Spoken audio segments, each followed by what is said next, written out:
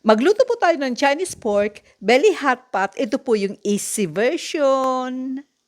Gagamit tayo ng 500 grams na pork belly, cut into serving size, pakuluan ng few minutes, then pagkatapos, itapon natin ng tubig at hugasan ng pork. Tapos, i-transfer natin siya sa clay pot. Pwede din palayok natin or if wala talaga, sa kaserola na lang na maliit, yung kakasya yung 500 grams na pork. Tapos, ilagay na yung Shaoxing wine, dark soy sauce, star anise, bay leaf, tapos yung ginger. And then 2 tablespoons soy sauce. And lastly, lagyan natin ng hot water yung makover yung pork. Pakuluin at isisimmer natin ito sa low flame, mga 1 oras mahigit.